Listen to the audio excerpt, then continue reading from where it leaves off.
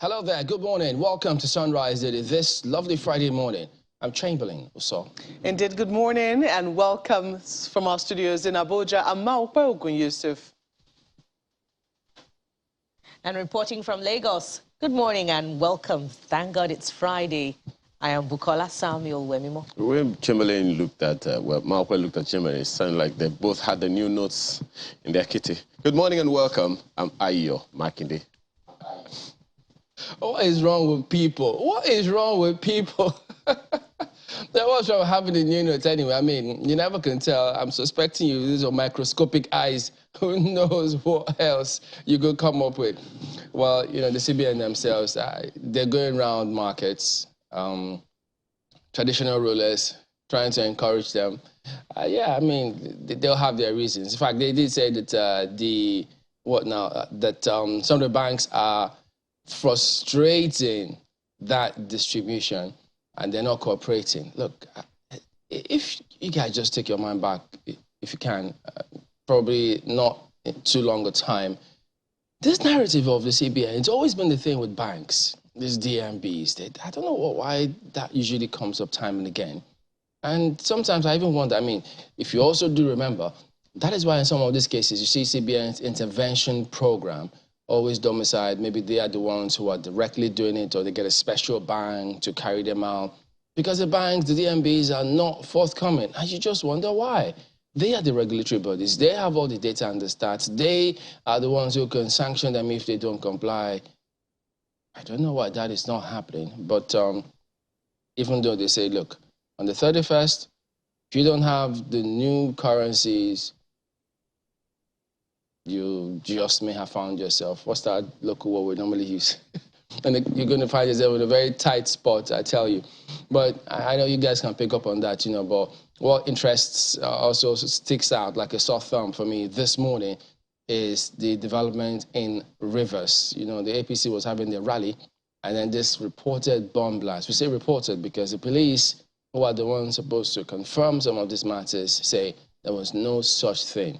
And that is why it conflicts with what some of the members who were at that APC rally, their narrative to the press says that while they were trying to gather, initially they even had a scuffle, the place was locked, and then they didn't do due diligence, so to speak. Eventually they got access to the place, and while they were trying to get in, or while the rally was going on, somebody somewhere threw bottle bomb and things like that and exploded, injured persons, and almost swiftly, if I could use the word, because what we normally know of the police is it takes a while before you get response to some matters or investigation into some matters are conclusive. But in this particular case, it was swift, and they said there was no such thing. So, you know, why all of that go back and forth? We don't want a situation where people begin to take the report of the police with a pinch of salt. That confidence has to be there, because if that were the case, then supporters, especially when it has to be about politics, could interpret it in their own way, and you don't want a reprisal. We always say that we do not want that, because even if we know how it started, you never know how some of these things will end, especially now that we're approaching the D-Day. You know, it's ticking, getting to that day. So who knows, we might need to increase our surveillance on the part of the police and vigilance on our own part, the electorate, to ensure that we do not knowingly or unknowingly yield ourselves as cannon fodder for any political group at that to foment any form of trouble whatsoever. So some of those things we think that the authorities have got to put a lead on that. If we could borrow their words, be on top of it and let people actually see that you really and truly are what you say you are. Well, if there's one state, you know, that is always, you always have to be on the lookout for in any elections, it will be Rivers. Rivers is always an interesting state to watch, pre-polls, during the elections, and post the polls. So it will be interesting to see how developments go in the coming days. We hope, sincerely hope, that they're peaceful and violence-free. So far, so good. The ruling party in the state has been hosting its own rallies without incidents. Everybody has been watching on live television how the rallies have been going, and they've been without incidents. So to hear this from the opposition party in the state, you know, there are many questions to be asked. Now, if the police says there was no bomb blast, I'd like to agree with them semantically. Yeah, it was not a bomb. It was an improvised explosive. Well, I was not even there, so we gather that it was an improvised explosive device. So, yeah, technically, it wasn't a bomb, assuming if that's what the police was relying on, because a bomb certainly would leave, you know, lots of casualties. But if they're talking about no incidents at all, because in this instance, people were reported to have been injured. I think that the media certainly has its work cut out for it. Beyond just reporting these incidences, if we do have proof that people were injured, because the story is that this device was thrown into the rally, people scampered for safety, some people were injured in the process, some people had shrapnel in their bodies somewhere, some people ran to other people's shops. There ought to have been photos of this, you know, or maybe people were, the media too was also scrambling for, you know, for life. Because we understand that the incident did not stop the rally from going ahead. The candidate of the APC, Mr. Tony Cole, you know, still went on to say, look, if you think that this is when we're going to be shooting guns and scaring people, they are not frightened at all. So they went on to still finish the rally. But I think that we have our work cut out for us, maybe to assist the police in this regard. But the police, too, by all means, should find out if people were injured at that particular rally. If they were, what was the cause of their injury? I don't think it suffices to just say there was no bomb explosion. As I said, I do agree with them semantically that maybe it wasn't a bomb. Maybe it was... it's just what it was, or what we heard it is, an improvised explosive device. But they need to find out, and there need to be measures put in place to ensure that not only in Rivers State, but in states that have been slightly identified or have been identified as volatile, or not even just in those states, in any state at all, because one minute today, a state is peaceful, everything is going smoothly. The next minute, we hear that there's been a major incident. So the best way to ensure that nothing happens is to always be vigilant, as Chamberlain has highlighted, to ensure that all rallies go on peacefully and violence-free. That's what we're looking for as we head towards the polls. Bukola and Ayo. Well, Maupe, starting from the rear, Rivers is always a flashpoint where political campaigns are concerned, especially where violence is the case. And this is reminiscent of, you know, the 2015 political rally, yet again in Rivers State, you know, where one policeman was killed and a Channels reporter and former staff, Charles Eruka, I believe, was also injured. What happened at that time? Was anyone prosecuted, especially for the death recorded and those injured at that rally? I doubt it. And, you know, how many people have also been prosecuted for attacks on the commission's installations, you know, in the past? All of these are related. The Southeast right now, you know, is boiling, so to speak. How many people have been taken into custody? At the House of Representatives hearing, there were discrepancies over whether there had been a request, you know, from the Office of the Attorney General to the Office of the Attorney General for the prosecution of those who had been arrested in connection with, you know, violent attacks. Whether this is an explosion or it's gunshot, something happened.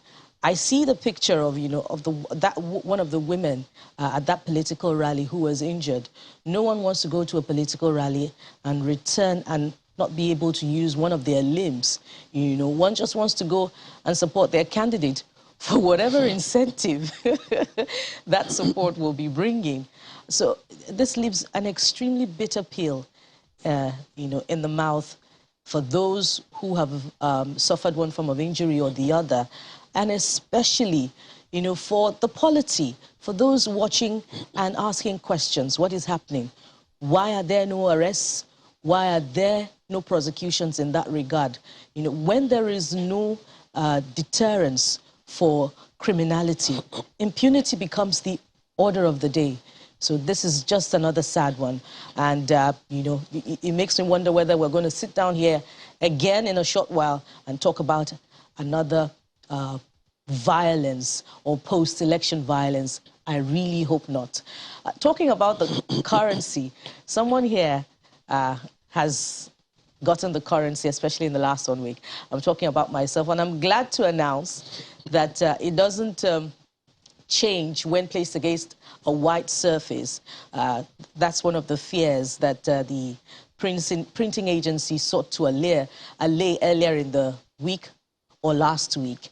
But then again, anyone who has access, who has been able to secure the new notes, from the ATMs or from across the counter withdrawals, should ensure that they, do that check, because of videos surfacing online about particularly the 1,000 naira note changing or giving off, that blue color when placed on a white surface. And then again, the concern is that, just weeks down the line for the expiration of the use of the old notes, the banks are still dispensing old notes. Is there enough time between now and the end of the month where you can now deposit all those old notes into the banks? And then CBN officials are wondering and perhaps asking that MDs of deposit money banks may need to answer questions about why the old notes are still being dispensed, because according to the CBN, enough has been released into circulation for the banks to begin to dispense just the new notes. Ayo. Well, starting from there, maybe the people should begin to say, look, if you're not giving me new notes, I'm not going to live here. You should begin to reject the old notes. I mean, it's just, I don't know how easy that would be for many people to say, either you give me new notes or I don't live here. I spoke with one of the clerks of a bank, one of the banks yesterday. I was saying, look, they have new notes in the ATMs, but they do not dispense new notes at the cashiers. I don't know how that works. Well, they have their jobs cut out for them. Maybe the people themselves should begin to say, if you don't give me new notes, I'm not going to live here. If you dispense new notes, old notes to the people, especially while the banking hours are on, let the people enter into the banks and say, I demand new notes, because this is soon going to become, non-legal tender anymore. So maybe when people begin to do that, and then, I mean, we all know that it's so much easier for the CBN, for instance, to sanction any bank that doesn't comply with some of its regulations. Why is this different? As you said, the MDs need to answer some questions. And to the issue in Rivers State, I wonder why all across the nation we've been hearing and seeing, as Malcolm mentioned, massive turnout of party supporters at various campaign rallies of all of the parties who we have heard of so many times. I don't know if we have had significant disturbances at any of these major rallies where millions or thousands, hundreds of thousands are said to gather, massive turnout, and we don't hear of explosions and all of those things. Whether or not there are stampedes, we don't hear of them. So why this is different, as Marco said, I think we need to ask some questions. Well, yes, the police has their job cut out for them, but so do we as a people. The police are human beings. They are citizens like us. They have their job cut out for them, no doubt. But we, the people, it is our job to protect ourselves and to secure ourselves as well. So while the police has their job cut out, what is the responsibility of the citizen in all of this? Was it just yesterday we were talking about citizen responsibility, ethical revolution, as the Vice President suggested. And we quoted the section of the Constitution that talks about our own responsibility, patriotism, discipline, and all those things. So no matter what the interests are, we should be asking ourselves, what's the national interest in this decision that I'm taking? It might be a tough call, especially in the light of all that is going on, economic crunch, poverty, and all those things. But at the end of the day, we have to have a nation before we can have an economy. Chamberlain. I hope many people will hear that and actually listen properly and go about it that way. Okay, so by the way, guys, Ambuki, if you talk about staining white surface, for those who care to know, Akwa doesn't mind a lot of that staining her pockets. So some people will complain, but some others may not complain about it. Please, that's my spokesperson. Listen to him. So you never can tell. So if you're looking for pockets to stain, Make sure it's a lot of it, though. Don't just bring one or two. A lot of it. I have somewhere that you can stay to find out if it works or not. Well, let's take a look at some dailies right away. We'll start with Vanguard newspaper this morning. FG increases petrol price to 185 naira per litre. It's not what you want to hear, I know, but it is the big lead on the front page. There's actually a lot happening in that sector, which we'll focus on this morning. So we'll implore you to just keep it locked right here. Yeah, you can just keep an ear while you just go about grabbing your cup of coffee or tea. Stretch your legs out, sit back and relax on that one. But let's read the riders here for you. Ex-depot price now 167 naira per litre. Major marketers adjust prices, but queues persist. Independent marketers still sell far above new price. In Lagos, for instance, we're getting that product at 240, 250 naira per litre. So, and these are products that we understand we're paying subsidies of close to 3.7 trillion. Chamberlain, trillion naira. Aren't we deceiving ourselves in this country? Can we just keep that money and use it for something else? No, just look at it. And they just do these things as if, well, it doesn't matter, anybody can see anything. They just adjust the prices, the regulatory bodies to those chaps who increase it don't exist, because probably they know that there are fundamental problems structurally that they themselves perhaps might have even been part of the causes. After all, some of them were blaming NNPCL. So what has NNPCL done about that? To say, no, we're not the cause of all of this. And then they should bring out their documents and their facts. But, look at this other one. It's step in the right direction, but insufficient. CPPE, you need to find out who they are. And then Labour kicks, calls for mass rejection. Where's Labour been all this while? This has been going back and forth like a yo-yo. What are they kicking against? It has to be the increase. I mean, are they telling me that Labour folks have not been buying fuel at 200 naira, in some cases 240, 250? Labour, please stand up and let us know. Well, maybe they will much later. Oh yeah, Buhari receives a Mefele. And you heard that, Mr. Kusibian, welcome back. Yes. Just welcome back. Come on, what happens to, wait, what's been going on? Everything will be written in the media. Okay. Well, the president cannot be asking him that kind of question. Yeah, I mean, we news folks, could wait at that, but that's if you find him there anyways. If you find him, if you catch him coming out and you ask him those questions, maybe. But if you don't, your guess is as good as mine then. And then at the bottom strip, presidency. Why we prefer Obi, Obasanjo, or Tom? If you see this headline, if you don't calm down, you will think, oh, the presidency prefers Obi. No, that's not what it is. So Obasanjo and Tom are pulling their weight behind Peter Obi. You know who was listening to Baby Calm Down recently? Former President Barack Obama. That's the song that came to my head, looking at that. When you said calm down. If you don't calm down. I hope on election day when the results are released, that song will play and many people will dance to it. Dance and obey what he says. Just calm down, eh? I hope so. Really hope so. The Guardian is the next one, and they're following almost in tow with that same headline. It says, again, petrol price adjusted to 185 naira per litre to appease marketers. Ooh. Have they been appeased? You find out when you go to the filling stations. Well, you might want to pose that question to the NNPC, or NNPCL, as they're now called. Oh, secret approvals of pump price, a departure from PIA objectives.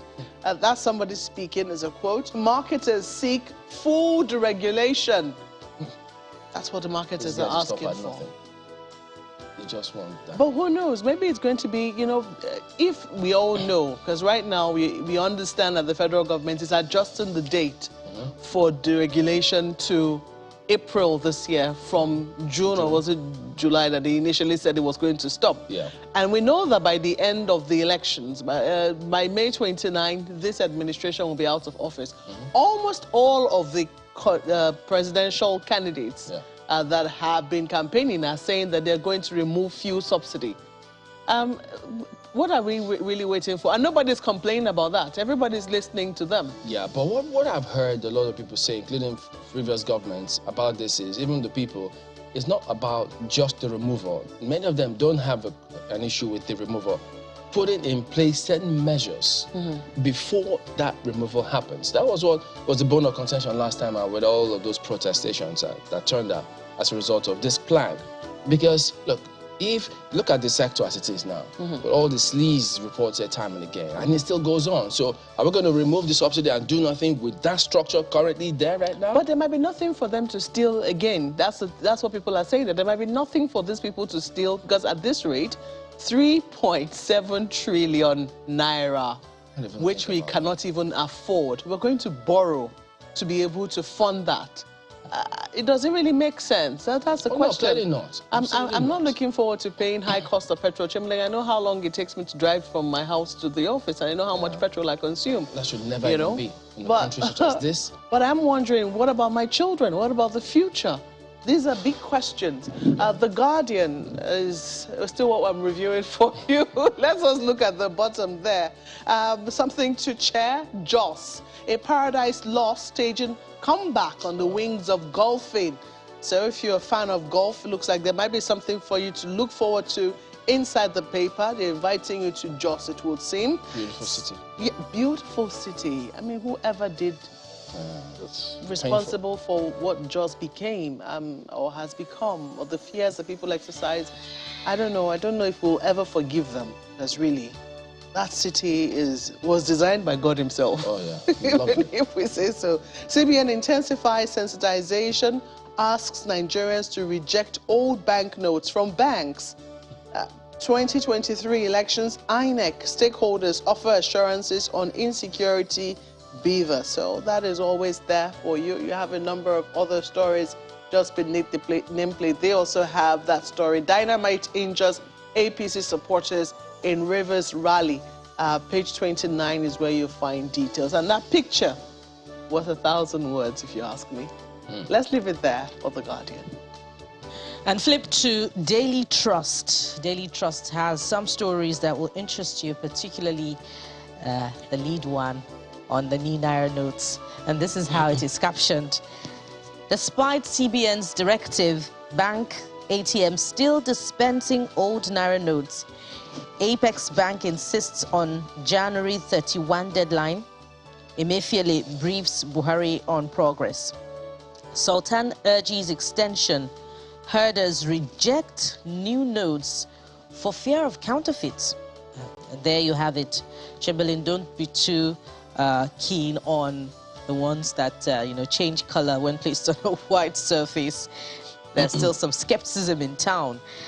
So it's not just the Ibadan people that are rejecting the old Naira notes. Even herders are rejecting the new Naira notes. Chamberlain said he's okay with it. What's your own problem? Okay.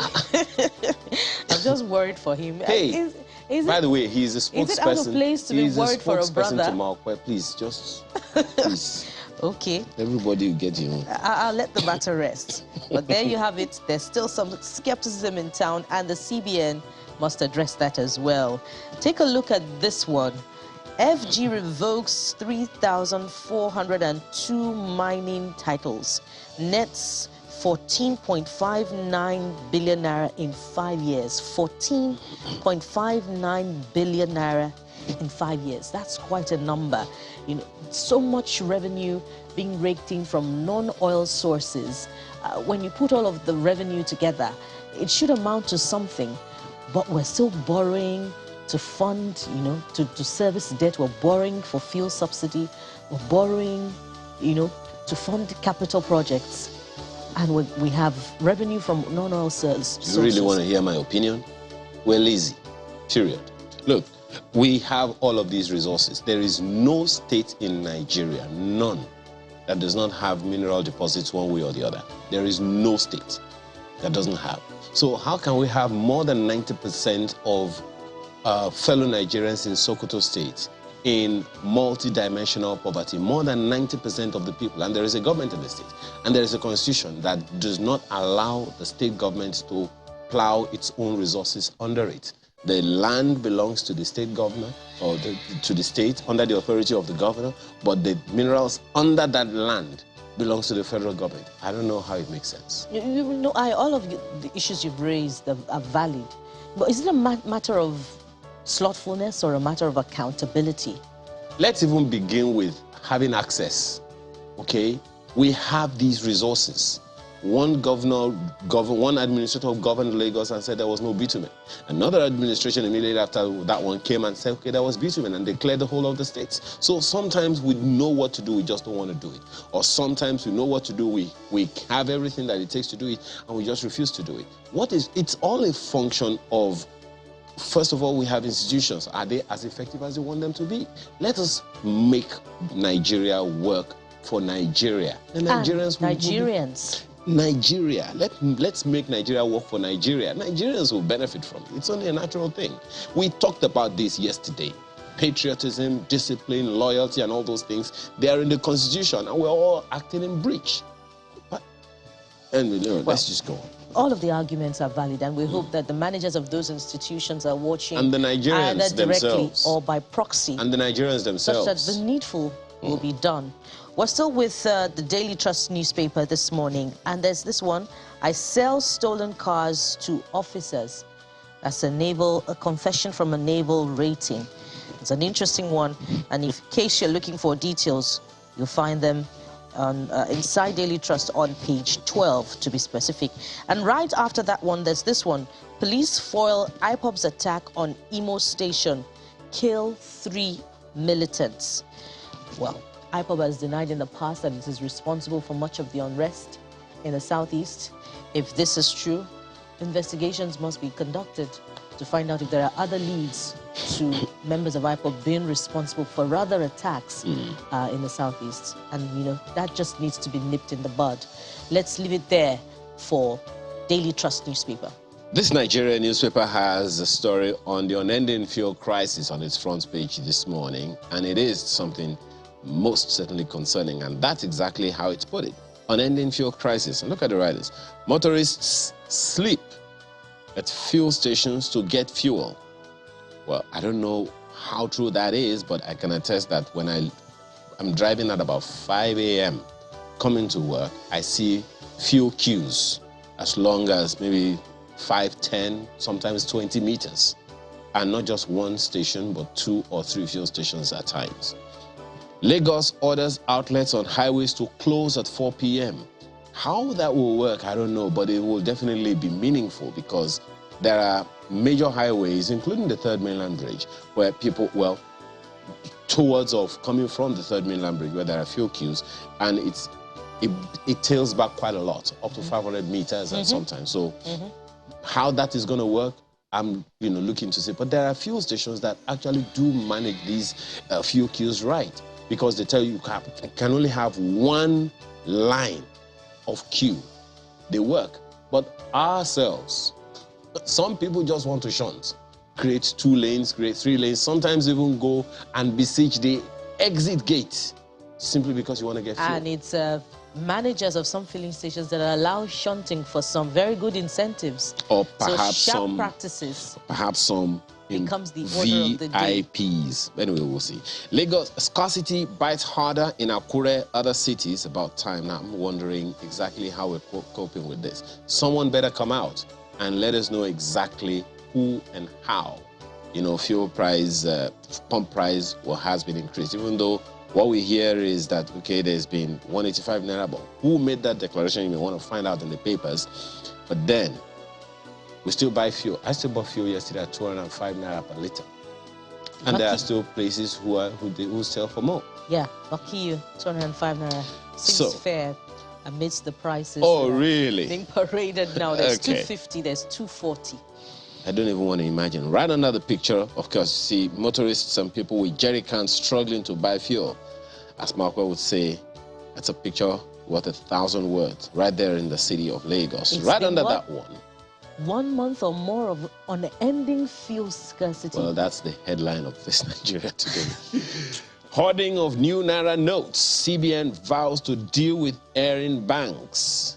sensitize this market in Edo, Katsina, others on deadline. I'm happy with one of the headlines that Malkwe read, where she said that the CBN has said that, look, Nigerians should start rejecting. You can't reject at the ATM. Yes, that's you why just have to accept what the ATM dispenses. I suggested that people. I understand that there is a directive from the CBN that the ATMs should be loaded with only new notes. Whether or not what your experience has been, please tweet at us and let us see, or you send us a mail. So that is there. The CBN had, but CBN is now pushing it back to the DMBs and saying they are the ones that are not dispensing. Who is?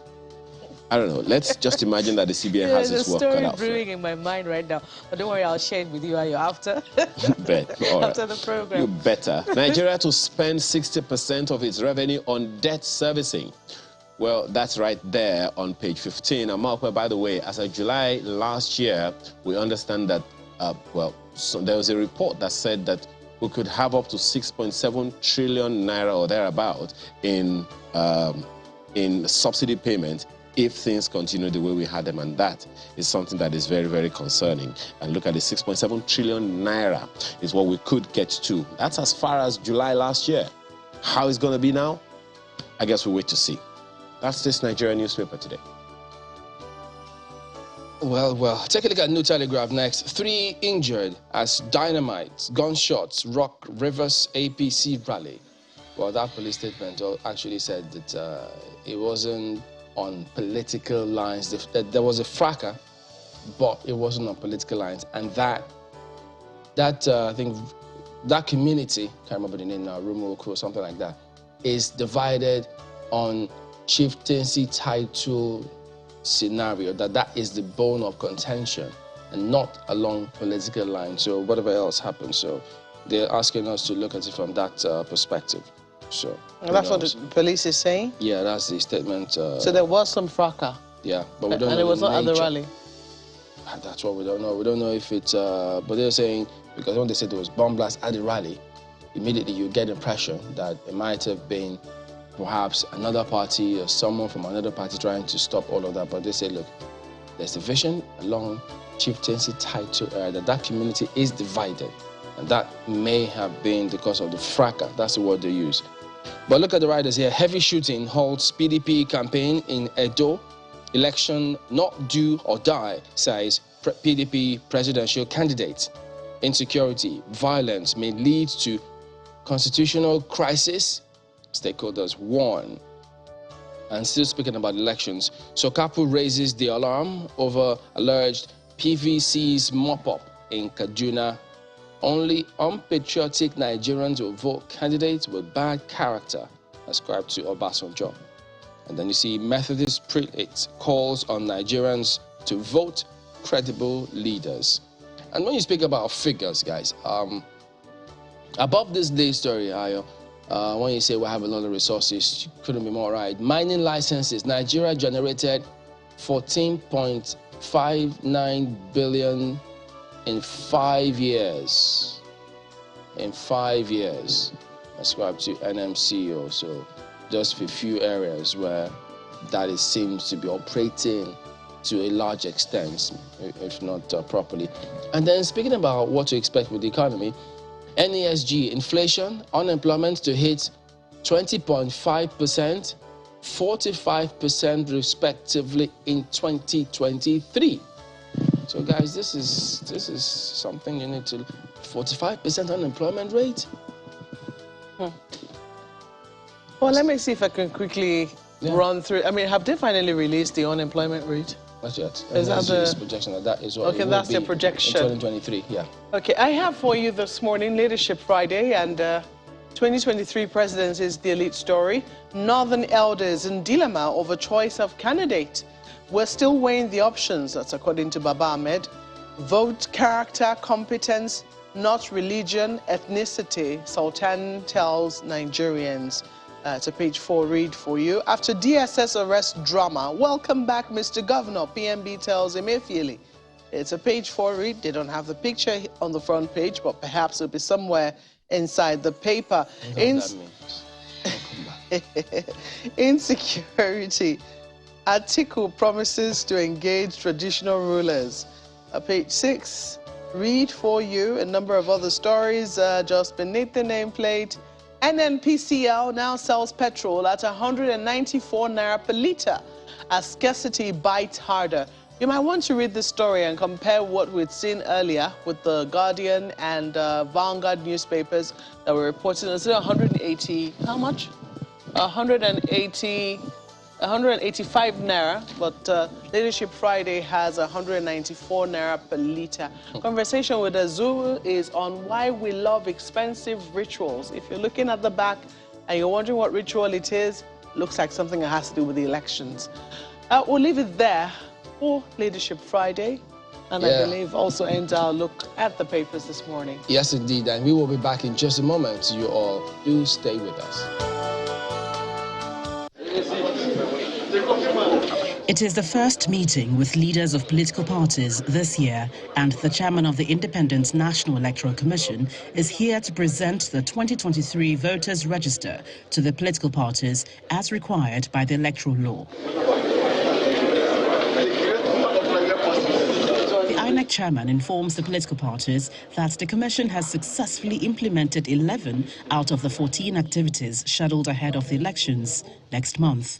The electoral umpire also reiterates its commitment to conduct the 2023 general elections as scheduled.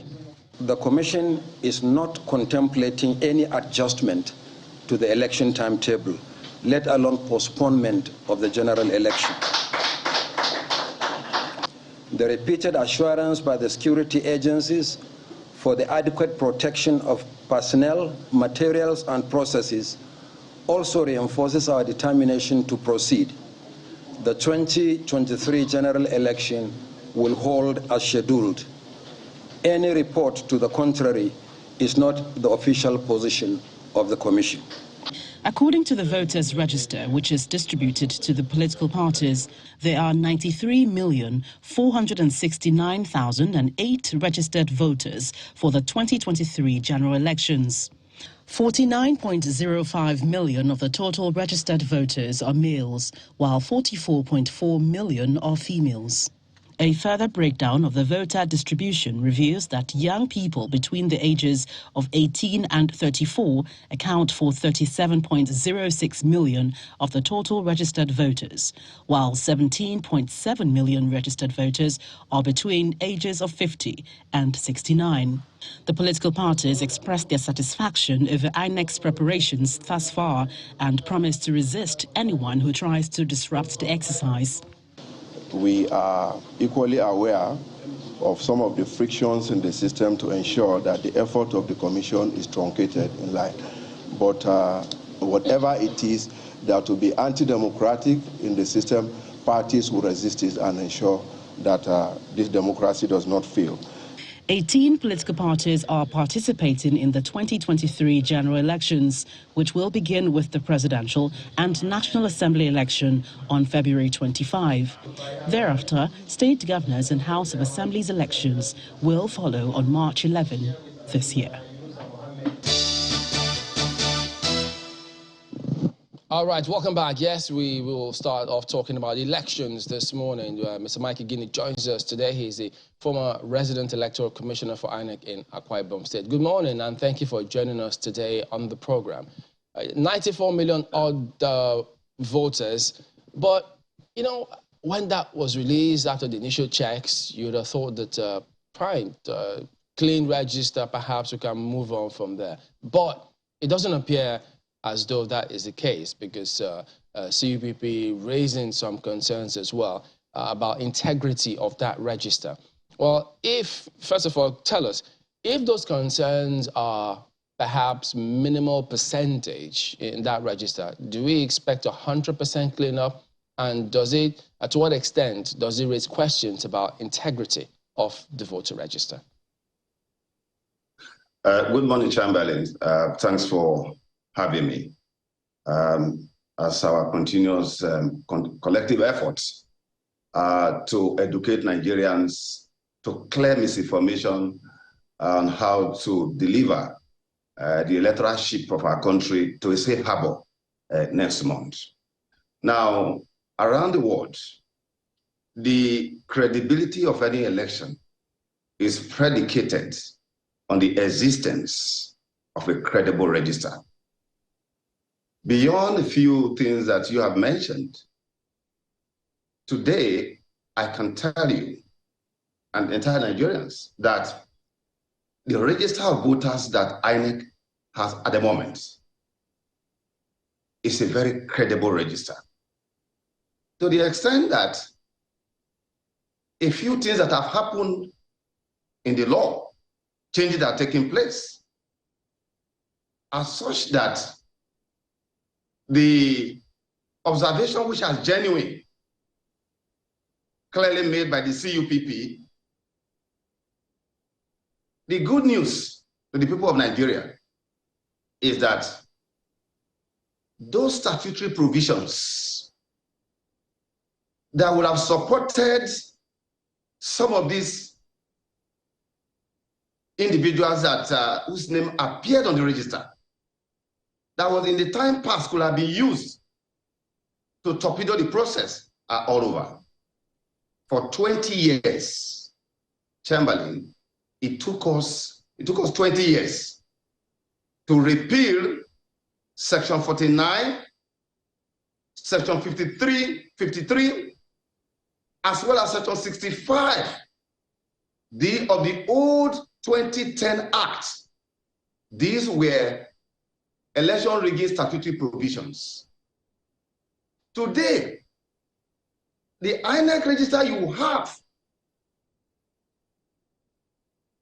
at the end of the election, in every polling unit, a new register will emerge, irrespective of the total number of registered voters, because under the current law, Section 47, which now replaced Section 49, the rigging provision that gives power to an untrammeled power to a presiding officer in the past, it is gone forever.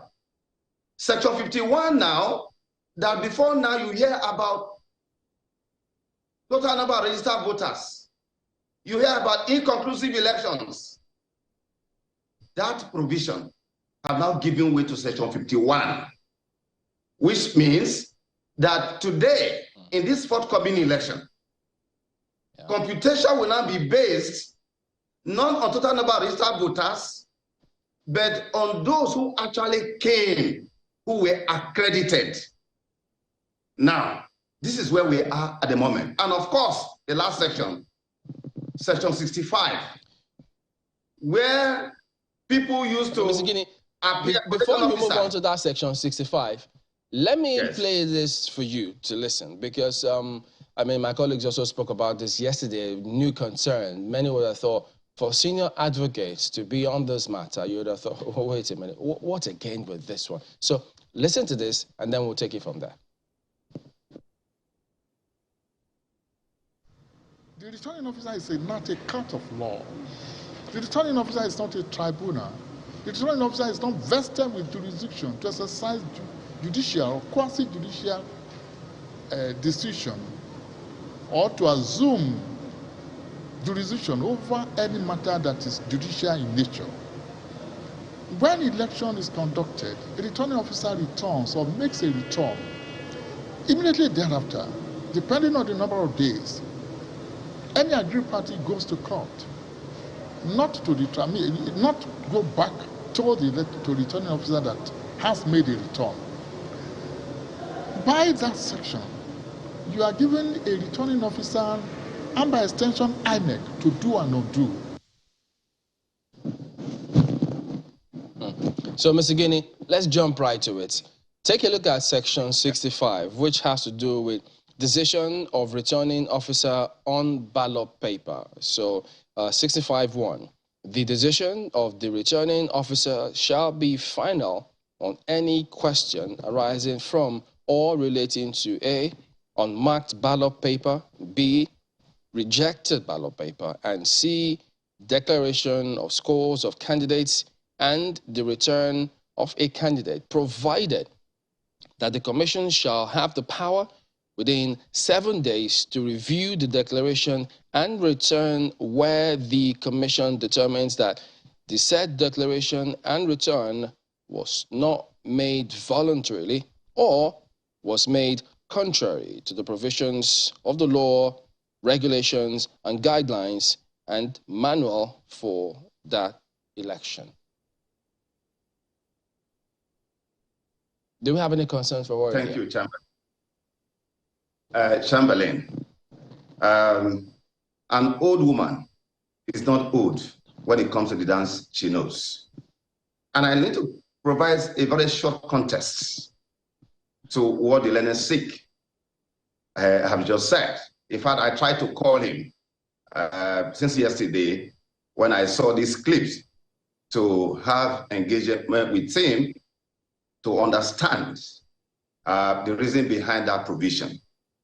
But I think that Nigerians are all living witnesses for in every elections, how Section 68 you now reflect another Section 65 with this important proviso, what informed it. But first, it should be noted that INEC is a regulator of election in the Federal Republic of Nigeria, to the exclusion of any other agency. In a fundamental rule of administrative law is that an executive body such as INEC that is saddled with the responsibility to make rules, to administer rules made to it by National Assembly, to carry out its mandates, it has a quasi-adjudicatory power to use facts that are relevant, that are available to the agency to take a decision, even though subject to judicial review. Now, Nigerians recall that when I said 20 years, it took us 20 years, Chamberlain, to get to where we are now with respect to this particular session. Because this is one of the supporting sessions for election rigging in Nigeria. A returning officer, first and foremost, this provision is talking about returning officer, not a presiding officer. INEC as a body have not reviewed a decision by a presiding officer. We are not talking about presiding officer here. A presiding officer is actually where decisions of Nigerian people are made, expressed through the ballot. The job of a collation officer at the ward level, local government, is to collect the views, the decision of the people as expressed in the ballot. But what we have over the years, a returning officer, a doctor, a professor will appear, reappear, disappear, and declare people to win as winner of election. And that is why I've sent something to Channels Television, if you can put it on. At the moment, INEC, this is not the picture. INEC has what we call is a center that is domiciled in the entire state. We call it Electoral Operations Support Center. You have it in each state of the federation, where they track the movement of materials from central bank to INEC office to the local government to the rack center to the polling unit, and from the time of the opening of the poll, where INEC is already seized of the wrongdoing going on at any point of collation, INEC has a responsibility first to be debriefed by the returning officer as to what had transpired. Now, once INEC has found out that the result to be declared is illegal, not voluntary, it's being done under gunpoint, as you saw, even in 2019, many people have been returned to office. Yeah, so through some Mr. Guinea, a number of things there. So when you say that speaks to the returning officer, not the presiding officer, who you say determines what transpired, is it that presiding officers do not rely on returning officers to do what they have to do? or is it immaterial? If Mr. Olanikpeko's point is that if you're aggrieved, you should not be going to returning officer whatsoever. It should be recourse to the judicial process. With the greatest respect to the learner's sake, he did not understand the background behind that provision. With the greatest respect to him, any suggestion that we should go and amend the current 2022 Electoral Act that have not been implemented fully is a recipe for something else. The whole design of the electoral process now is to end the business of electoral tribunal in Nigeria. Why should we ask people to go to court? For example, look at Peter Ogba, who has been convicted. He generated results, figures that are not consistent with what happened at polling unit. The tracking system got that, and everything was put on hold. Take note, it is not the presiding officer, the returning officer himself that will make that review. It is INEC that have the power to do that review within 7 days before a return, if any, could be made with respect to that particular election. That is what we are saying. It's also subject to judicial review. It has not stopped the court. It doesn't stop anybody from going to court. But first and foremost, administratively, INEC should be able to take that decision without people having to go to court. That's the reason in Nigeria, those who rig elections are the ones to suggest to you that go to court. Go to court. We must be careful because in England, where we borrow some of these things from, time there was when election rigging was an issue. Such matters were taken to the House of Commons, petition to be determined. Right there was no electoral justice. It was now decided that the matter should not be taken to the court. By the time they got to the court, no, let me just land on this. All right, the decision was not taken in England. I should be taken to the court. When they got to court, Mr. Guinea, if I may come in here, because time is fast spent. If I may come in here, sorry to interrupt your thoughts. I don't want to ask you 2 quick questions, but I know that you can handle the 2 of them at once. One, I think that, perhaps what Mr. Olanikpeku is afraid of here might be abuse. Do you think that this provision of the Electoral Act, do you think it could be subject to abuse? Even though we're trying to cure one form of abuse we've seen in the past, do you think this can be amended? And then it's a very ambitious plan to try to want to, do away with election petition tribunals. You do know that a lot of lawyers look forward to that period. I mean, do you really think that that will go away without much of a fight? But we shall end the business of election tribunal in Nigeria. You see, the book of lamentation is not written because of Nigerians. We shall end that business. Look, this section has not ended, this section in question that is totally misunderstood by the learner's sake and perhaps any other person out there.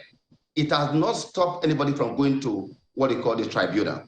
It simply says, and I don't want to mention names, there are several names, and I have video clips of how on gunpoint people were made to make what we call a declaration. Have Nigerians forgotten what happened in 2019? Are we suffering collective amnesia in this country? That people were declared on gunpoint, not voluntary, not consistent with the procedure. Part of the problem people don't even understand, Mark, is that the current system that we have now have actually taken care of this likely scenario that people talk about. Because at the polling unit now, which that is center of universe, this is where election will be won and lost. And the fact that political party, INEC can now do what we call the broadcast of that result, send it to the cloud, put on the IREF, everybody can now see the result. It's even going to be difficult for any returning officer. Don't forget that the job of a returning officer is ceremonial. The cases we had in Akwa Ibom, for instance, was a clear case where what happened at polling units And under the EOSC system that I said you put up for Nigeria to see, we already knew what happened in those particular constituency. Only I think my question is, are you saying that this is foolproof? Is this really foolproof? That's the question. The system we have right now? Yes, as the new provision of the Electoral Act. The system we have is very robust.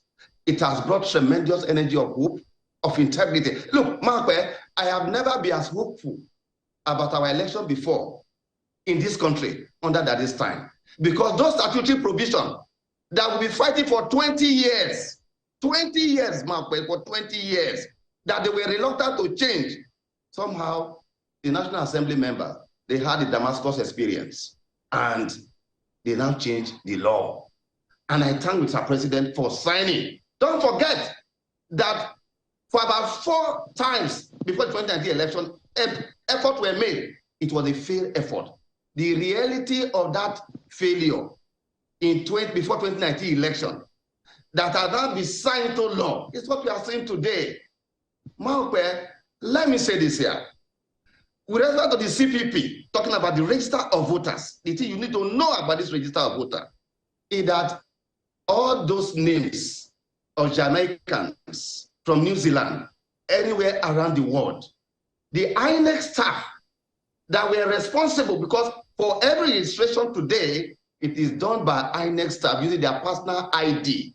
They have been identified. I am sure that by the time they are facing what we call the APDC committee, as I'm told at the moment, by the time INEC is done with those category of people, not less than 30 to 40 staff of INEC will have to lose their career. And my further recommendation is that not only dismiss from the system, they will also must be arraigned and jailed for doing something that undermines the integrity of the process. Now, for the register, Mark, let me say this here. A few things that we need to know about this register. Clearly, from the demographics, it is very clear that those between ages 18 to 34, 35 to 49 are going to be those who are going to make the determination, because there are over 70 million out of the 94.5 million registered voters. Number 2, that must be noted is that this register total number is not going to change before the election. On the election day, that figure remains fixed, as opposed to political party register. Well, Mr. Guinea, just to be clear, right. I think one of the arguments, my apologies for butting in, just to be clear, I think the challenge that's being posed here, for which reason Markwe is asking whether or not it's foolproof, is in that provision itself. It says that the Commission shall have the power within 7 days to review the declaration and return, where the Commission determines that the said declaration and return was made voluntarily or was made contrary to the provisions and all of that. So I think what the learned silk, as you call him, is referring to is, okay, so INEC can make a declaration and then within 7 days review its own declaration. Those who will be wondering, hey, what's happening here? For instance, he also cited the example like the INEC chairman is the chief returning officer for the presidential election. He is the one that is going to make that declaration. So if after 7 days he comes back and says, my initial declaration was wrong, I'm reviewing myself, there's going to be some questions. No, it's totally, but this analogy is totally off the mark. You understand? But I know you want to interrogate further the issue. And let me now explain to you. You see, these are not a very common thing during the election, but we have isolated cases where at the polling unit, and I just said we have a tracking system. We have what we call the Election Operations Support Center. And at the Abuja level, you have the EMLSC, Election Monitor Support Center. It is based in Abuja. It gives INEC what we call 360 visibility view of what happened. But here is what you need to know here. It is that if we have been tracking, we are getting the results, just as the people of Nigeria now begin to see the upload, like those elections, 2 million viewers were allowed, whether you are in Japan, New Zealand. What we are now saying is that if from the polling unit, everything has been computed, well, we get to the Work Collation Center, and at the Work Collation Center, Suddenly, the returning officer disappears. We are talking about those who disappeared that you could not find on that day. Suddenly, making an announcement somewhere, they go underground. We put it on hold. You put it on hold, he will now be eventually, we'll try and get him, invite him, and so that we can put all the documentary process, all the whatever polling unit, put all the results together. How did you arrive at this? How can you say that the decision of an agent, somebody you were appointed, don't forget, look at that section. It says, whoever we have appointed, whatever he declares, whether it's illegal, illogical, unreasonable, is final. It cannot be final until, in such situation, INEC within 7 days, calling all stakeholders together, putting all the facts together to say what you have done is wrong, what you have done is right. That is what we are saying. And it's not just too common, but we have had situations, many, where people were under gunpoint made to forced to make a return that is illegal, that is not consistent with the provision of the law. That is what we are talking about. Well, let me warn here, Mr. the danger of going to National Assembly now. If you go to National Assembly now, those who are opposed to certain reality now, brought about by the current act, will take advantage of that. Mr. Guinea is the graveyard for contending opinions. Mr. Guinea, does subsection 2 of the same section 65 perhaps answer Marquez's question of whether it is foolproof or not? And this is what he says: a decision of the returning officer under subsection 1 may be reviewed by an election tribunal or court of competent jurisdiction in an election petition proceedings under this act. Does this create room for litigation, perhaps when a candidate, if and when a candidate raises an objection to a review of INEC done by INEC after the declaration of the result by a returning officer? Bukola, what we are saying here is this: the fundamental principle of administrative law, that an agency, saddled with a statutory mandate, has the power, primarily first, to take a decision. That decision is subject to a judicial review. That's simple. So, if a Professor Ogban, who has been convicted for 3 years imprisonment, and another one is standing trial, particularly that of Peter Ogban, who uttered figures different from what his own colleagues has computed at the level, at the ward level, but at the senatorial level, he uttered the result. Evidence was clear. And that was why in Akwa Ibom, they could not make that return. Because using the tracking system, we were able to cut that process and put everything together before a return was made. That is what we are saying. All this idea of telling us to go to court, go to tribunal. Jonathan Sumption, the retired Supreme Court of England, warned when the matter went to court that, look, the moment you take almost all political matters to court, there will be struggle by politicians to control, to take over the court. Well, Mr. Guinea, the question is quite simple. Empire. Just a second. The question is quite simple. Are you saying that whatever decision INEC made is final and so completely final even after its own review? Just a second.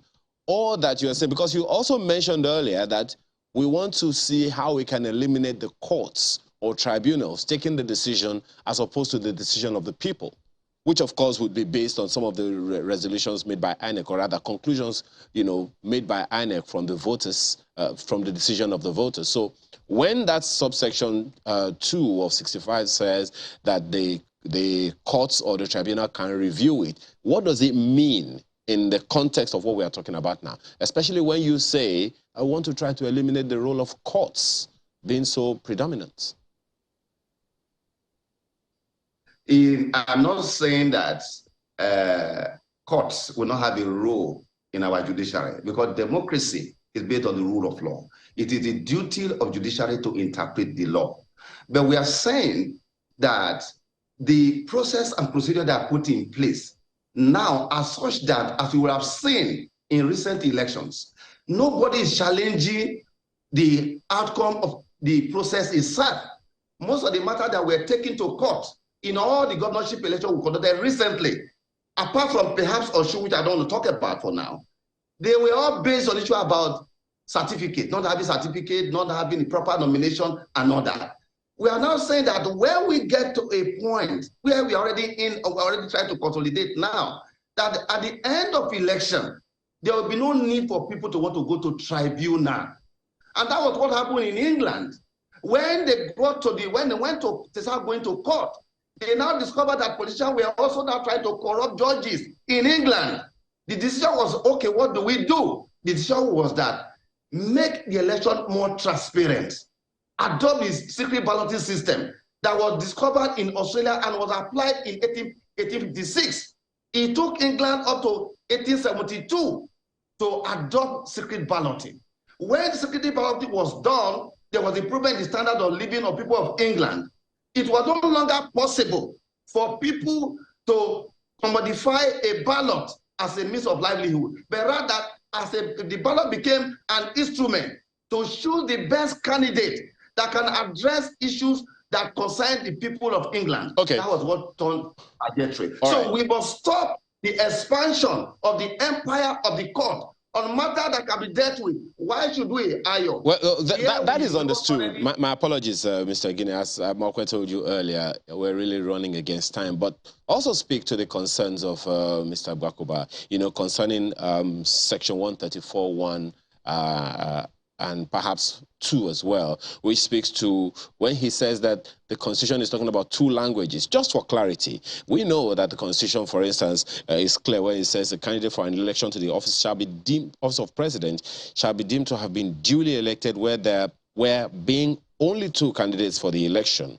has the majority of votes and has not less than 1/4 of the votes cast in all states, in at least 2/3 of all the states and the FCT. And the second one says a candidate for an election to the office of president shall be deemed to have been duly elected where there have been more than 2 candidates for the election, has the highest number of votes cast and has not less than 1/3 of the votes cast at the election. So one is 2/3, one is 1/3, and 1/4 of the votes cast at least 2/3 of the states in the Federation and the Federal Capital Territory. Just for clarity, help Nigerians understand what this is all about. First, the observation made by the learned Sikh is very apt, and I'm very delighted that he did one thing, and that is that he deferred to the commission. I said he wrote to INEC. This one matters that we don't have the time. I'm going to provide figures, but we don't have the time now. But the question in that subsection is, which is the turning you should try to talk about. Is it that for you, apart from the having 1/4 into 2/3, what is the 2/3? 24, and all that, and the conjunction there and the Federal Capital Territory, do we mean that for you to even if you have met the indicia provided with respect to the entire state, must you also have a 2/3 in the Federal Capital Territory? That is the question. Or are we now talking about 25 that we are talking about, and not 24? That is the issue. It is the commission that should come out. I don't want to say something on this now. Let the commission turn out. But more important, another aspect, which of course I have made preparation for that, which one of the matters we are going to discuss in the days ahead. In each state of the Federation, do you realize that in computing what you call 2/3 of the local government, you have what you call fraction? Now, is commission going to take the upper limit or the lower limit? I have all the figures already, the data already. But again, what is important, I will provide to Nigerians some states that you don't have problem. For example, in Imo State, for instance, you 2/3 of 27 local government. It means you must have that quota in 18 local government. Well, 18. As you said, Mr. Igene, there is a lot to talk about this, and since the letter was addressed to the INEC chairman, I guess we have to wait. Yes. It's written in English language, and there are certain conjunctions, certain words used in those 2 sections that one will have to pay attention to. Every Nigerian needs to do that. For now, we have to thank you very much. We have run out of time, Mr. Igene. We know that, we're going to have to call you back another time, so thank you so much for this morning. Mike Igene is a former rec of INEC at Akwa Ibom. Thank you again for your time this morning.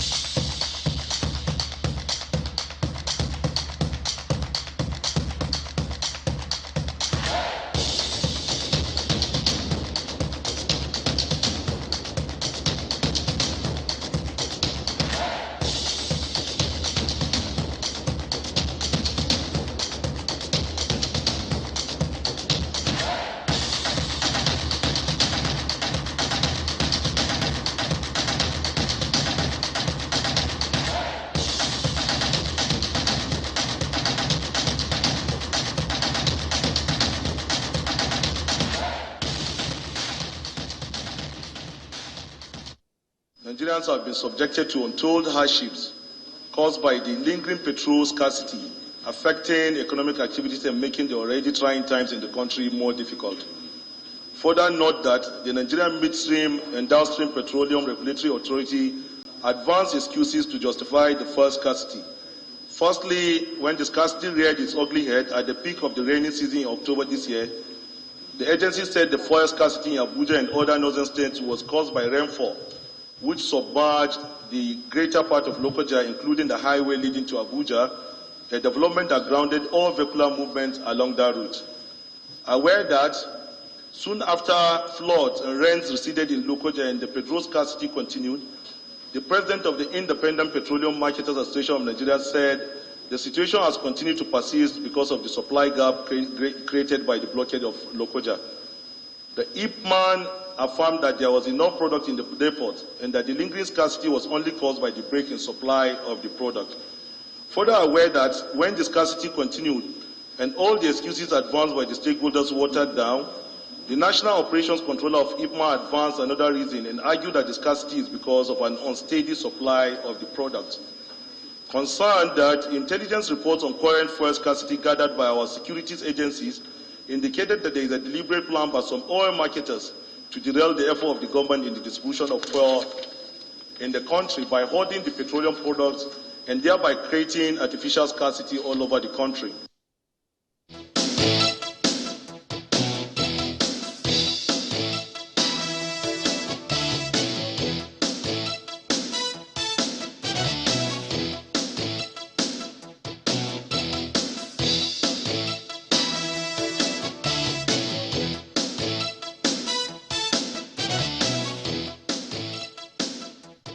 Yes, Mr. Zerman Mustafa joins us next. He is the Deputy National President of IPMAN, one of the players in that sector. Good morning. Thank you for coming on today. Good morning, Chamberlain. Well, the lawmaker are almost frustrated, just like several Nigerians, with all of these excuses that players give us as to why we can't just get that product to use on a regular basis, consistently, uninterrupted. So now, we also see today fuel price adjusted to 185 naira per litre to please marketers, the Daily's report. So what is going on in the sector? First, why don't we have this product? Will this fuel price make this product available now? Well, the fact of the matter is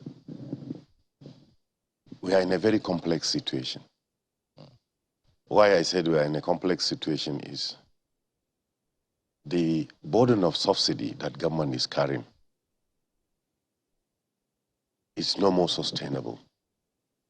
And the volume that the NNPC, which is the sole importer of the petroleum product, that is PMS, for now, have been hitting hard on the paucity of the force of the government. Because of that, the supply that we receive as marketers at the loading point, we believe we don't get what we usually get, even 50% of what we get. Of the products? Of the product. Somewhere in July, August, the volume of liftings we had and what we have today has dropped with about 50% or 40%. What has that got to do with subsidy, which you say is not sustainable? Well, we are just assuming maybe the volume of the product they are bringing in, and the more the volume, the more the cost of the subsidy. Yeah, but it's not making sense that if you're bringing in more, you're getting less to pick up from the NNPC. Then it doesn't seem that they are bringing in more. If they are bringing in more, we'll be having the same volume that we usually get at the loading point. So wait. Does IPMAN think that they are bringing more, as they say? As at today, with what is trending in the private depots, the volume available is not enough. So the scarcity is from the private depots? Yeah, the private depots also contribute by not giving the product as it is being regulated by the NP. Is it private depots or the NNPCL who are the sole importers? NNPC is the sole importer, and they distribute it to private depots because they don't have enough facilities at the coastal sites that will enable them distribute it to the retail marketers through trucking to be distributed across the country.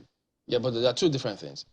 Bringing in the products. So if they have a lot of those products, we believe we will have it.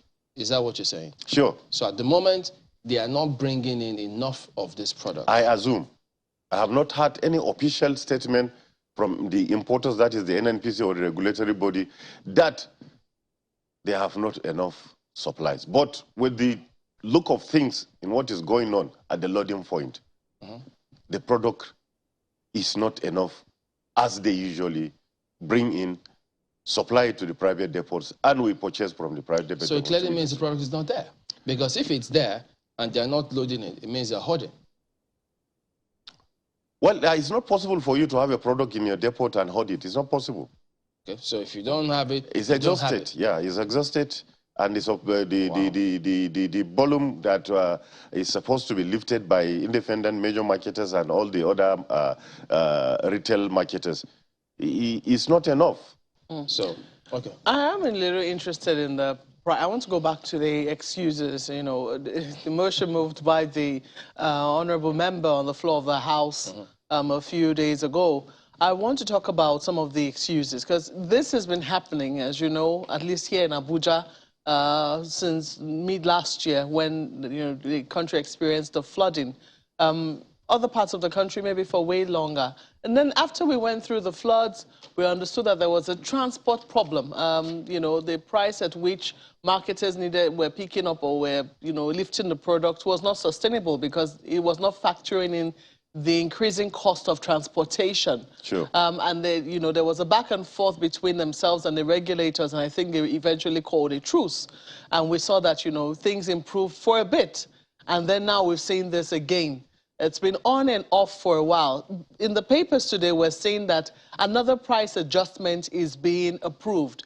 If this is really about how much the NNPC is bringing in, whether or not the product is available at the depots, as you say, what exactly is this price adjustment which we're seeing in the papers? Well, the price adjustment was brought in by the regulatory bodies. in conjunction and discussions with the petroleum marketers. And the details on why the price was adjusted to the new current price, I think the details is best going to be addressed by the regulatory body to the public. Yes, but what are the marketers asking for? You are part of the marketers. I know that recently new major marketers were approved. There's been some kick-in from MOMAN, the Association of Major Marketers. In fact, they say they're not going to recognize those marketers. But you are a member of another body, IPMAN. What exactly, from your perspective, are marketers asking for that the regulator is looking at and saying, okay, we will adjust prices a bit? Well, the fact of the matter, Maufe, is, last time I said it on this platform that the whole concept of importation is not sustainable. We need to look in ways and see how best we can be able to produce our needs locally. Tell us what exactly is not sustainable in it. Why it's not sustainable is, if you look at the population growth of this country, and the demand for transportation and petroleum needs, the rate at which it's growing is not something you can continue to sustain it through importation without having developing our local refining capacity to satisfy our needs. Because importation itself brings a lot of challenges as when, how, and how consistent the supply chain is going to be sustained. Or if we have it locally and we have all our refineries producing, maybe transporting it through the pipeline to all the 21 depots across the country, I believe is going to solve the whole issue of on and off scarcity in the country. If we cannot be able to develop the local refining capacity, I don't think the situation can be resolved once and for all. I said it last time. This on and off scarcity is going to continue until when we develop our own refineries to satisfy the needs of petroleum products from the citizenry. Some people will argue that perhaps what you're referring to, yeah, importation is not ideal for a country that, you know, has this resource in abundance. I mean, it's ridiculous as a matter of fact. However, you know, some people will say that perhaps what is most unsustainable about this is the fact that we are paying subsidies on it. Maybe it's the subsidies that you'll be referring to. But I'm particularly curious because the question I asked you was about the pricing.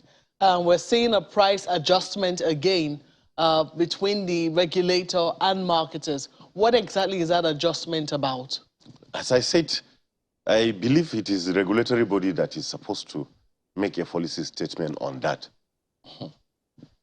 You don't want to talk about it? I don't want to talk about it. Why don't you want to talk about it? I don't want to go into an issue that I'm not supposed to talk about for now. Is it that the marketers are still not satisfied, or is it that it's still a... It is all about the challenges of the cost. The cost of bringing in the product to the retail outlet is not going to be achievable at the former price. With all sense of justification, and I believe the regulatory body were convinced and they agreed to raise it up to that amount. All right, the details of why and how, I think the regulatory body should answer. So this pricing adjustment to appease the marketers, what difference does it make? It's not only to appease the marketer. That's what it is being done to make sure the supply chain is being sustained. So, because the marketers are all, although they are Nigerians and they are offering services in terms of needs of petroleum product, but they are also in business. Okay, I hear you. If you can be able to go and lift a product, come and retail it, and you are not making any returns, okay, I don't think anybody will continue doing that. All right, we hear you. So what difference does it make? As it relates to? The price of the product that we buy, we consumers. The difference, the difference in price, are you referring to the difference in the price? Yeah. I think there is an increase of about 10 naira or 15 naira, from 179 to I think 185 or 190 today in Abuja. Well, Yes, in Lagos, they are buying for 250 in different places, for over 250 in some cases. In Maiduguri, they are buying for 290, 300. So what does this do to anything? We are in a state of very dicey situation. Can you tell us? Let me come in here. Yeah. NNPC imports, distributes it to private depots. We independent marketers don't have the depots. As I'm talking to you today, yesterday, I bought a product in Lagos, in a depot, at 247 naira per liter, to be transported down to Far North at the cost of 50 to 60 naira per liter. So from the depots themselves? From the depots themselves. 247 naira. Not 195 naira? Or no, not at all. All these fancy prices that we're seeing? Not at all.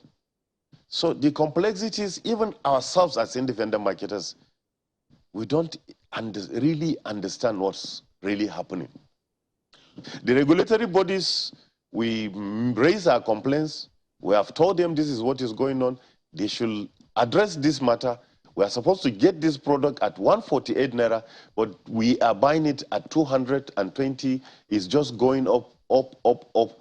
As at yesterday, it is going for about 240 naira in Lagos, 235 naira in Warri, 240 naira in Port Harcourt. In Calabar, it's as high as 250 naira per liter. As a marketer, you'll buy that product for upward transmission to where your retail outlet is. You transport it yourself. Wow. There are a lot of confusion in the industry, which I believe the government should come in and see how best this whole confusion is being resolved and an affordable price is being achieved so that the common man can get the product at the approved price. We cannot buy a product at 220, 230, 240 naira. You pay for transportation. For example, if you take it to Kano, you pay about 50 naira transportation. Although your government is going to reimburse you for the transportation through the NPDPR. But it used to be PEF. Yes, the PEF, the former defunct PEF. But if you drop the product and sell it at that 195 or 210 naira, that the current new price that was issued to Abuja, Kano's price is a little bit higher than what is obtainable here in Abuja. But the price they gave in Kano is 220 naira. And you are buying the product at 247 naira. You pay 50 naira to transport it. That's around 300 naira per liter. How do you expect that marketer to sell that product at 220 naira? There are still so many questions about subsidy. It's not realizable. Even if they remove the subsidy, what happens to those equalization fund, which has now changed? Will they still work? So let's bring in our colleagues first of all, before we go any further. Go ahead, guys. Well, thank you, Chamberlain. Let me just ask you straight away, Mr. Fahmi. You've spoken about the complexities of prices. Just to be clear, has there been a formal increment in the price, in the pump price, from what you know? There has not been any formal increment to the best of our knowledge. So no one has spoken to us and no one has directed us formally that there is an increase of price of petroleum product.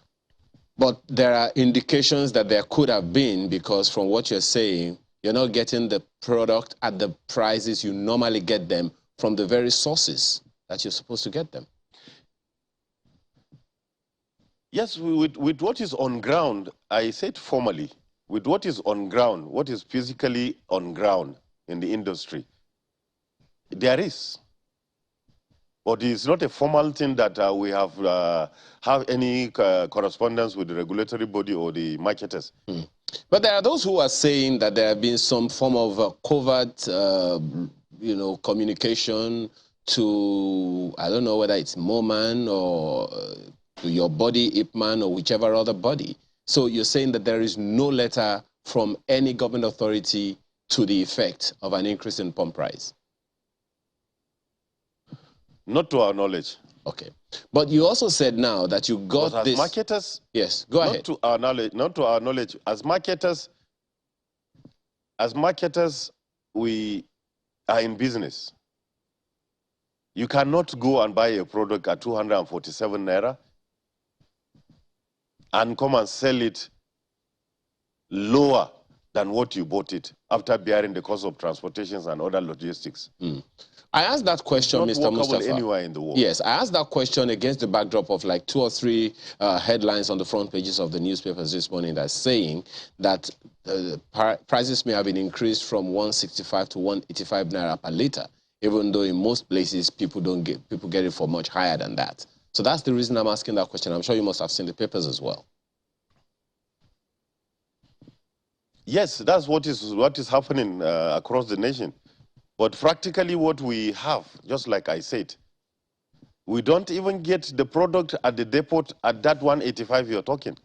We don't get it at all. No more questions for the NNPC then. If they're bringing in this product, why go to private depots? Do you have your depot? How much you sell from your depot? Do you sell at the official price from your depot? And if you're the sole importer, should other people also import the product? Why? There's so many questions, but we have to let it go at this point in time. Zama Mustafa, Deputy National President of IPMAN, thank you for your time today. Thank you very much, Chamberlain.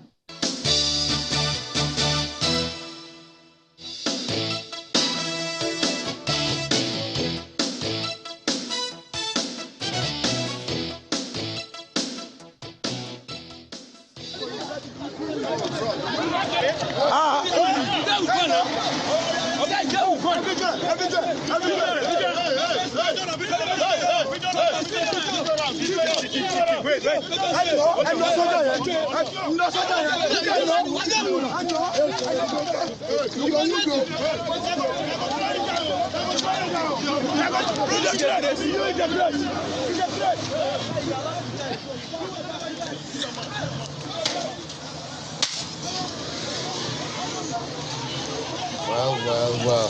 Mr. Hundayi, this for the umpteenth time happening again. Why do these things always happen between the army and the police? Hello?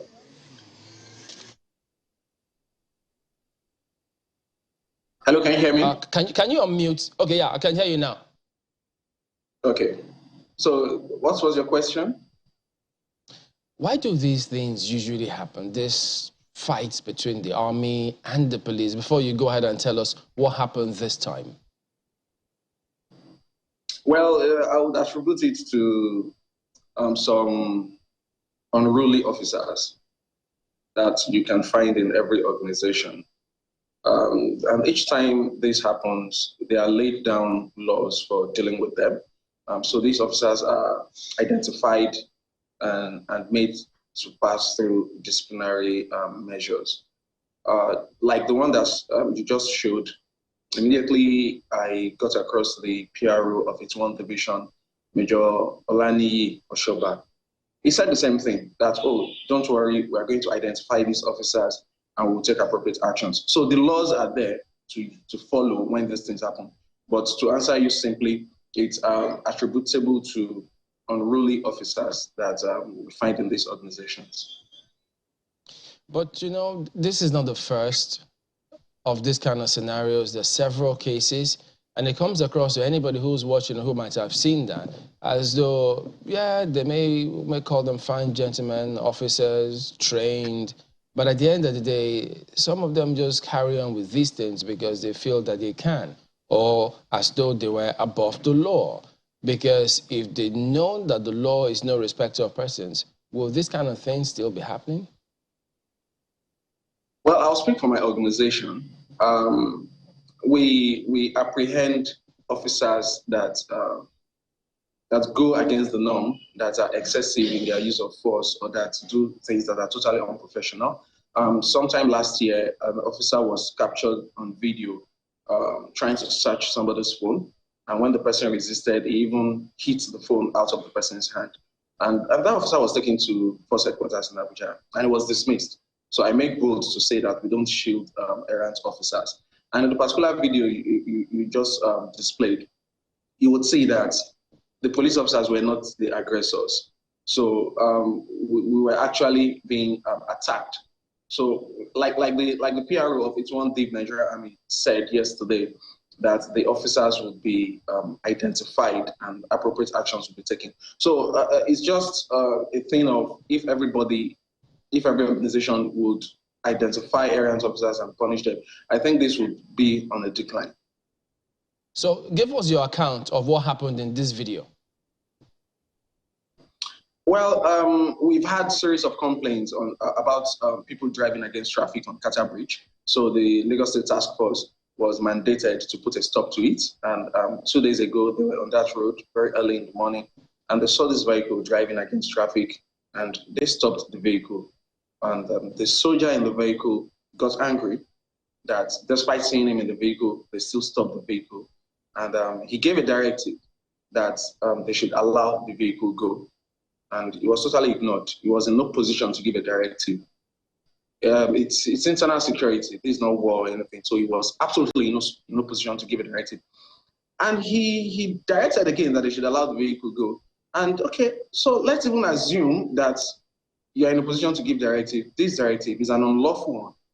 And it was ignored again. And that got him angry. That despite what he was saying, he was totally ignored. And he decided to attack the police officer, which many would agree is an unwise thing because he was trying to disarm an armed police officer. Totally unwise, totally reckless, and totally unsafe. But we would like to commend the restraint our men exhibited because anything could have happened. The gun could have gone off. And it's totally surprising that this is coming from an infantryman. The badge on his sleeve shows that he belongs to the infantry corps. So he should have been more careful about weapons. But like I said, we appreciate the fact that our men exhibited restraint because if something had gone awry, people would not be patient to listen to what transpired before it happened. People would just go, police have killed somebody again. They have moved from civilian to soldiers and all of that. So that was what exactly happened. Well, this is so hard to watch. I want to be very honest with you, and I hope that, we don't keep seeing a repeat of this sort of scenarios. However, we have to keep talking about it until, this set of scenarios totally disappear from our social media platforms, disappear from our national life as Nigerians. But over the years, part of why we see this sort of, I don't know whether it's a superiority complex, but a rivalry of some sort between the agencies. There's usually supposed to be an esprit de corps, which they talk about oftentimes. Is anything being done to try to, will I say, manage this sort of experiences that we keep seeing between the security agencies? Because something suddenly went awry here, and that's the reason why we're saying there's this scuffle. You say that the police were not the aggressors, but in this instance, we saw very clearly the policeman giving back his own punch. He suddenly, I don't know whether he was defending himself. It's very difficult to tell. But this certainly is a very embarrassing scuffle to witness. So I want to ask you whether between the police and the army, are there any programs being designed to say that, look, everybody has their own duty and that there should be no spirit of superiority anywhere? Yes, regularly on a yearly basis, there are training programs, joint training programs. And these programs are done to ensure that we all get familiar with one another, and there's this esprit de corps, and there's this friendliness. Beyond training, even when programs happen, we always extend invitation to other agencies, and we do these programs together. Just earlier this week, the Lagos State Police Command held a stakeholders meeting on election security, and every security agency was represented there. So for me, I've been to a training program in Jaji, in an army settlement or army institution.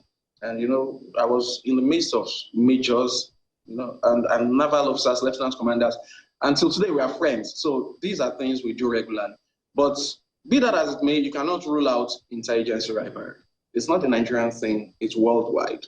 You would hear about CIA and FBI.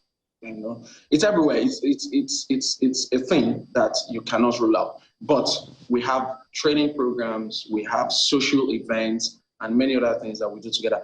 Some would argue that these training programs take place only at the top, that the junior officers don't. But that's not true. At the junior level too, the last year when we did a show of force on the ban on the use of motorcycles in Lagos State, it was a joint show of force. The junior officers all came together from across the agencies, and they went out together, and they came back together. And by that time, many had exchanged numbers, many had become friends. So the measures are in place. But like I said at the beginning of this interview, you can't help having a few unruly officers who would always deal it accordingly. So, Mr. Hudain, if such, interagency engagements occur, what sort of admonitions, are put out, to inform and shape the conduct of officers on both sides of the divide? And if such engagements do occur, why do we see that these, misbehavior persists, between and amongst the security agencies? Well, we don't really need an admonition. We don't really need an admonition if we are going to implement the existing laws. So the laws are there, both internally and constitutionally, that if a uniformed personnel behaves in discreditable manner, in a way that is unbecoming of an officer, then the punishments are already spelled out. So once these are done, then it's automatic deterrence to others. People would learn, people would know that, oh, the last officer that did this was maybe reduced in rank or was dismissed or was suspended, and others too wouldn't do the same. So these, and for us, when we punish officers who do this, we publicize it. We are proud to say that we name and shame. We publicize it, that this officer that did this has been apprehended, has been suspended, or has been prosecuted. So I think that's what we need to do more to ensure that we don't have repeats of this kind of things. Well, it's interesting when you say that you do not need admonitions, which is why I would like you to now talk about the laws, because I imagine that if the argument of the police in this particular case is that, the policeman was attacked first, then the policeman would not have, stood and watched the soldier, have a free reign on him in terms of violence. So how should the officer have behaved in response to that attack on him? Somebody is trying to take his rifle, and he held on tight to his rifle. So I would have done the same thing. I wouldn't allow anybody to disarm me. And other officers that were there had to fire a tear gas canister, and it dispersed everybody. So I would have done the same. There's nothing else we would have done, except you are suggesting that he should have fired his rifle, which would be too extreme in that situation. So it was totally a case of being attacked and defending yourself. Well, Mr. Hunde, I have a little fear. I mean, I don't know how secure it would have been if someone, if that gun had gone off, would have had a case of what we'll call, stray bullet or something like that. Thankfully, that didn't happen. Let's just hope that doesn't happen again, and as you said, the matter is being addressed. But my question is completely different and perhaps in a way related, especially when you talk about the relationship between the two forces here. Both are likely to be engaged for the elections.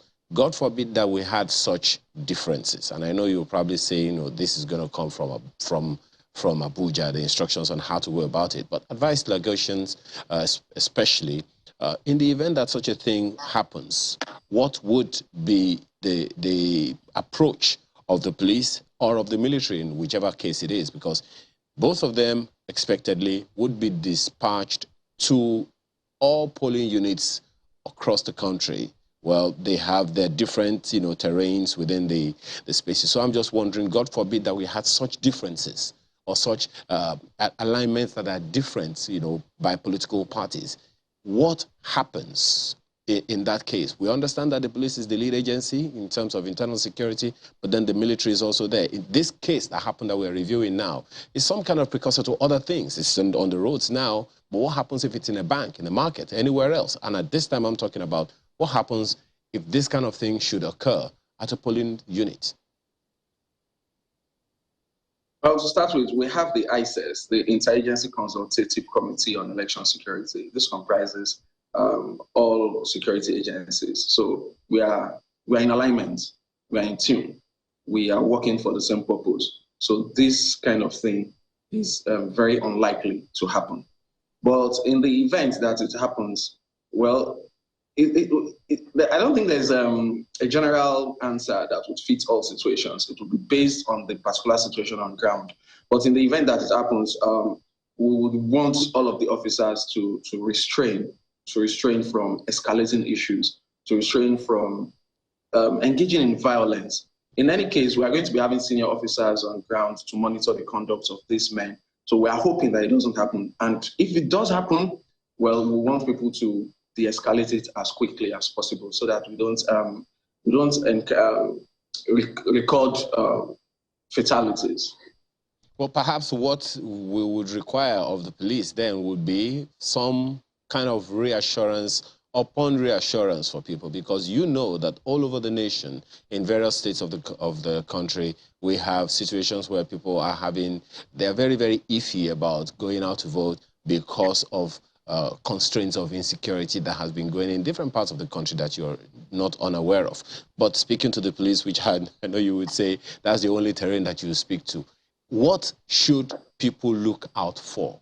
Who should be where? Because I think it is also within the purview of the Nigerian to tell a policeman or a soldier, look, you are the public servant, you are supposed to be in this place, you're not supposed to be in this place. Ideally, from previous elections, where is the terrain of the policeman? Where is the terrain of the soldier?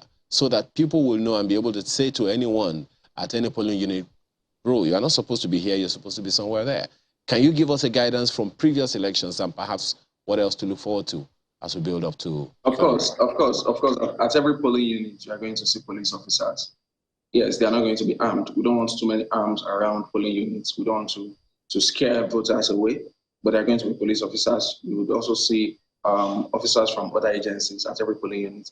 But armed policemen, armed soldiers, armed officers from other agencies would be not too far away from polling units. They might not be exactly visible from the polling units, but they won't be too far away so that if their expertise is needed, they will be able to respond quickly. Well, Mr. Ndanye, we have to thank you for talking to us. I mean, even as citizens, we're scandalized just watching a man in uniform, engaged in that kind of scuffle, fisticuffs. Shouldn't even be heard at all. Thank you, and we hope that we will not see any of these actions, and we look forward to the military doing a lot more to rein in those kinds of officers. Thank you for talking to us today, and all the best. Thank you for having me. Good morning. All right, let's take a look at some messages coming through from you. Dr. Peter Awodi, talking about what we just saw, says the armed forces, such as the police and the army, should not harbor any kind of unruly officers. These are armed forces. The officers and men and women in uniform must be above board, and any iota of misconduct must be severely and quickly dealt with, he says. This is a tweet from Victor Owo, who says, yesterday, I lined up from 7:15 a.m. to 11:04 a.m. My car got to the gate of the station, waited for 5 minutes for my turn to drive in, only to be told they were no longer selling. I have never felt so downcast. 4 solid hours and nothing. This has to change. I feel your pain, Mr. Owo. I'm so sorry about your experience. I believe this is from Conscience at Watch 1981, and he says, now that the fuel is being sold at 300 naira per litre, is the country still paying subsidies? Or what is the essence of it in the budget? Or are we paying subsidies on 300 naira per litre? Of course, we'll try to get the Deputy National President of IPMAN back to answer these questions. Thank you for it. Well, perhaps also to get the NNPCL, retail, or whoever to speak to what needs to be spoken to. This one is from Dr. Peter Woody, and it says, INEC, under the current leadership, have repeatedly pledged to conduct a free and fair general election. But it's up to all Nigerians to hold the agency by its words. INEC must be made to walk its talk. Clearly, the pertinence of these elections to our democratic growth and development cannot be overemphasized. All right, yes, indeed. Not just talking the walk, but walking it. Well, that is the show today. We're not walking away. It's just time to go. Thank you all for watching and for your time. We'll see you again next week. I'm Chamberlain, so. Well, Ejike I hope that, you know, we're not attributing your meal to someone else. Sorry about the mix-up there. Thank you so much for watching this beautiful Friday. We hope that you have a great weekend, and I hope that you watch much later what we have in store for you on Hard Copy. I'm Malpa Ogun Yusuf. Indeed, make the weekend count. Thank you for sharing your morning with us. I am Bukola Samuel Wemimo. It's another opportunity for you to get your PVC. Please go get your PVC. You paid for it. Amaya Makinde, have a wonderful rest of your day and weekend.